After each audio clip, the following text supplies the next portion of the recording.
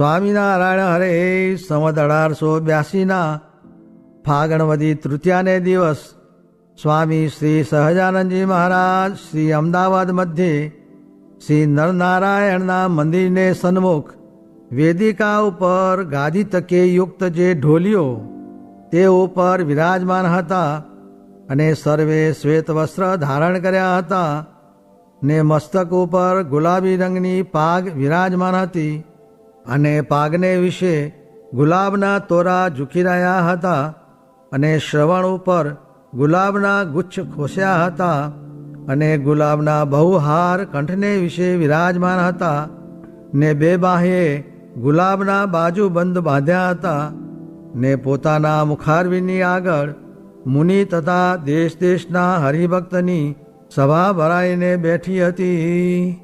પછી શ્રીજી મહારાજ મુનિ મંડળ તથા હરિભક્ત પ્રત્યે એમ બોલ્યા છે, સર્વે સાંભળો, એક વાત કરીએ છીએ જે પ્રથમ ભગવાનના સ્વરૂપનો દ્રઢ નિશ્ચય કરવો. તે ભગવાન કેવા છે? તો પોતાની ઈચ્છાએ કરીને જીવના કલ્યાણને અર્થે જન્મ ધરે છે ને જન્મને ધરતા થકા પણ અજન્મા છે ને દેહને મુકતા થકા પણ અજર અમર છે ને નિરંજન છે, કહેતા માયાના અંજને કરીને રહિત છે ને મૂર્તિમાન છે અને સ્વપ્રકાશ છે, પરબ્રહ્મ છે, અક્ષરાતીત છે, અંતર્યામી છે, અનંત કોટી બ્રહ્માંડના આધાર છે અને મનુષ્ય દેહને જે ધરવું ને મૂકવું તે તો નટની પેઠે ઇન્દ્રજાલ સરખું છે અને અનંત કોટી અક્ષરાદિ મુક્તના નિયંતા છે ને સર્વેના સ્વામી છે. એવા જે શ્રી પુરુષોત્તમ નારાયણ તે પ્રથમ ધર્મદેવ થકી મૂર્તિને વિશે શ્રી નરનારાયણ રૂપે પ્રગટ થઈને બદ્રિકાશ્રમને વિશે તપ કરે છે અને વળી તે શ્રી નરનારાયણ તે પૃથ્વીને વિશે કોઈક કાર્યને અર્થે મચ્છ, કચ્છ, વરાહ, વામન, રામ, કૃષ્ણાદિક જે દેહ તેને ગ્રહણ કરીને અને તે પોતાને દેહ કરીને અન્ય જીવના દેહાભિમાનનો ત્યાગ કરાવીને અને બ્રહ્મ અભિમાનને ગ્રહણ કરાવીને પોતાના દેહને અને અન્ય જીવના દેહને સમ દેખાડે છે. જેમ કાંટે કરીને કાંટાને કાઢીને બે કાંટાનો ત્યાગ કરે તેમ ભગવાન પોતાના દેહનો અન્ય જીવના દેહને તુલ્યપણે ત્યાગ કરે છે. તે ભારતને વિશે આખ્યાન છે જે નૃસિંહજીને જ્યારે દેહ ત્યાગ કર્યાની ઈચ્છા થઈ ત્યારે અંતર્યામી રૂપે કરીને શિવના હૃદયને વિશે પ્રેરીને શિવ પાસે શરભનો દેહ ધરાવ્યો અને તે શરભને ને નૃસિંહજીને યુદ્ધ થયું ને પછી નૃસિંહજીએ પોતાનો દેહ મૂકી દીધો. એવી રીતે સ્વતંત્ર થકા પોતાની ઈચ્છાએ કરીને દેહને ગ્રહણ કરે છે ને તે દેહનો ત્યાગ કરે છે. તે જેમ ઋષભદેવનો દેહ દાવાનલને વિશે બળી ગયો અને શ્રી કૃષ્ણ ભગવાનના પગમાં તીર લાગ્યો ને દેહનો ત્યાગ કર્યો, તે ચરિત્રને દેખીને જે નાસ્તિક મતિવાળા છે ને અભક્ત છે તેમની મતિ ભ્રમી જાય છે અને પોતાની પેઠે ભગવાનને વિશે પણ જન્મ મૃત્યુનું આરોપણ કરે છે અને તેમની મતિને વિશે એમ જણાય છે જે ભગવાન પણ કર્મે કરીને દેહને ધરે છે અને કર્મે કરીને દેહને મૂકે છે અને જ્યારે નૈષ્કર્મ્ય કર્મને કરશે ત્યારે કર્મ ખપીને મુક્ત થશે.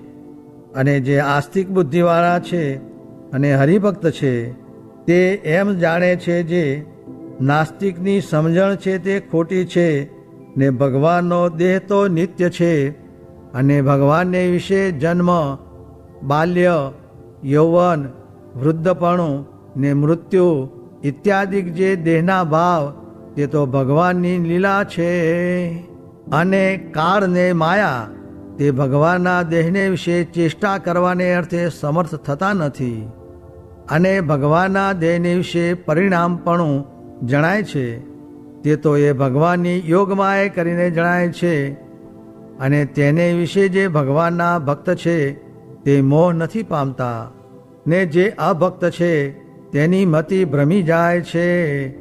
જેમ નટના ચરિત્રને દેખીને જગતના જીવની મતિ ભ્રમી જાય છે, અને નટની વિદ્યાના જાણતલની મતિ નથી ભ્રમાતી, તેમ પુરુષોત્તમ એવા જે શ્રી નરનારાયણ તે અનેક દેહ ધરીને નટની પેઠે તે દેહનો ત્યાગ કરે છે, ને શ્રી નરનારાયણ સર્વે અવતારના કારણ છે, ને શ્રી નરનારાયણને વિશે જે મરણભાવ કલ્પે છે તેને અનેક દેહ ધરવા પડે છે, ને 84ના દુઃખનો ને યમપુરીના દુઃખનો તેને પાર આવતો નથી.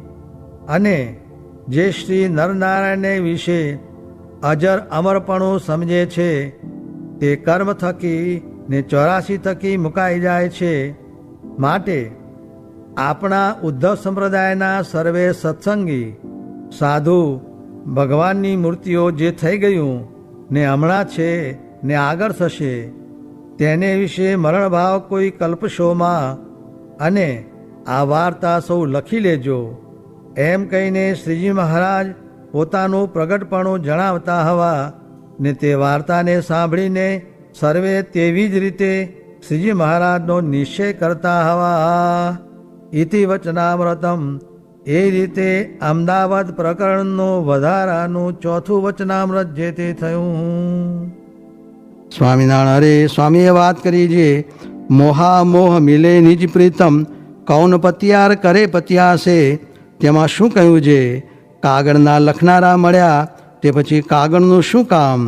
તેમાં આપણને પ્રગટ સંત મળ્યા છે, હવે શું બાકી રહ્યું? સ્વામિનારાયણ. સ્વામીએ વાત કરી છે, છેલ્લા પ્રકરણનું 13મું વચનામૃત વંચાવીને તેમાં દેશકાળનું બહુ પ્રકારે વિષમપણું થઈ જાય ને તેમાં એકાંતિકપણું કેમ રહે એ પ્રશ્ન ઉપર વાત કરી છે. નિશ્ચય રહે એ જ એકાંતિકપણું છે, અને એ જ રહેવાનું છે. તે જેમ ચિંતામણી રહી અને બીજું ધન સર્વે ગયું પણ કાંઈ ગયું નથી, અને ચિંતામણી ગઈ અને બીજું ધન સર્વે રહ્યું તો પણ કાંઈ રહ્યું નહીં, તેમજ એક નિશ્ચય રહ્યો તો સર્વે રહ્યું ને અંતે એ જ રહેવાનું છે. સ્વામિનારાયણ. સ્વામીએ વાત કરી છે, સત્પુરુષને સંબંધે કરીને જીવને સંસ્કાર થાય છે, તે એક જન્મે કે 2 જન્મે પણ ભગવાનના ધામને પમાડે એવો પ્રગટનો પ્રતાપ છે. તેની વિકતિ છે, એનું દર્શન થાય, એનો ગુણ લે, એનો પક્ષ લે, એ આગળ હાથ જોડે ને વળી સાધુ બહુ સારા છે એમ બોલે ને એને અન્ન જળ આપે ઇત્યાદિક સંબંધ થાય. વળી જે ઝાડ તળે બેસે, વળી જે ઝાડનું ફળ જમે, વળી જે ઢોરનું દૂધ નહીં જમે ઇત્યાદિક અનંત પ્રકારે જીવને સંબંધ થાય તો તે સર્વે ભગવાનના ધામને પામે એવો પ્રગટનો સંબંધ બળવાન છે. અને પરોક્ષના સંસ્કારનું ફળ એ છે જે ખાવા મળે, દેહે સાજો રહે ને લોકમાં આબરૂ ધર્મ રહે એ પરોક્ષના આશરાનું ફળ છે.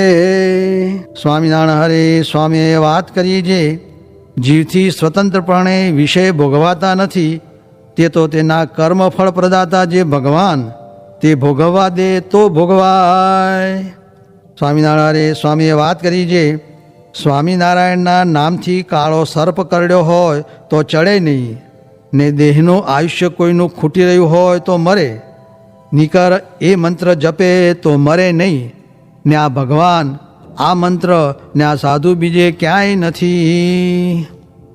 સ્વામિનારાયણ. હરે સ્વામીએ વાત કરી છે, પાંડવ ભગવાનના પ્રતાપે કરીને દુઃખને જેમ સમુદ્ર ગાયના પગલાં જેટલો તરવાને સુગમ થાય તેમ તરી ગયા.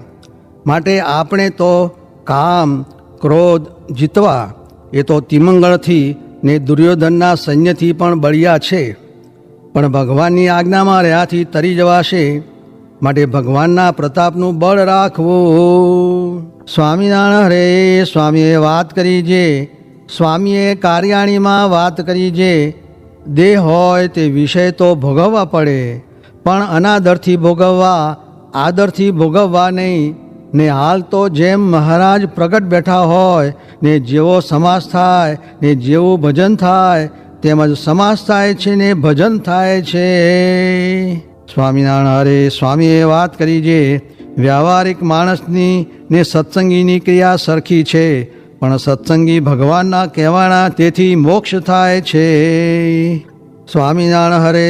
સ્વામીએ વાત કરી જે જૂનાગઢમાં જેટલા છે તેટલાને ફેરવી કૂટીને ગમે તેમ કરીને પણ પાસરા કરીને પાર મૂકવા છે, તો તમારે તો શી ફકર છે, કેટલા દિવસ જીવવું છે. સ્વામિનારાયણ હરે. સ્વામીએ વાત કરી જે આ સમાગમ મળ્યો છે તે કોક પૂર્વનો સંસ્કાર ભારે છે, તે સમાગમ કરવા સારું આવ્યા છો ને જે નથી આવતા તેને ભારે પાપ છે.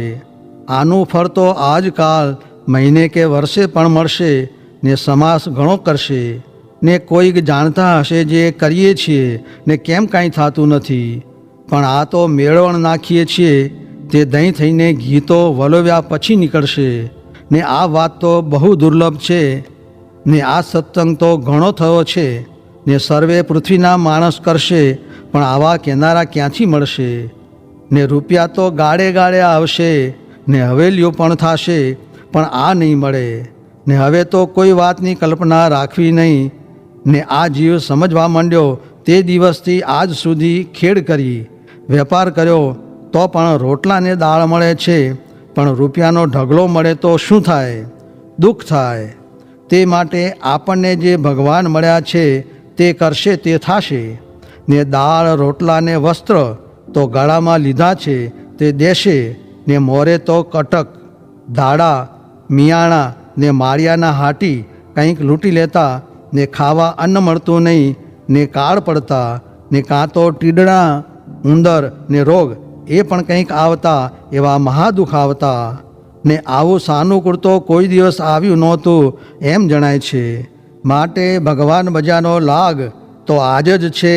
અરે અમે 22 વર્ષ વનમાં રહ્યા તે 3 દિવસે અન્ન મળે ને ટાઢ તડકો વરસાદ અને હિમમાં પડ્યા રહેતા ને ઓઘામાં રહેતા ને એક ગોદડીભર રહેતા, એવા દુઃખ સહન કર્યા છે. અને અધ્યાત્મ અધિભૂત ને અધિદૈવ એ ત્રિવિધ તાપનું રૂપ કર્યું છે.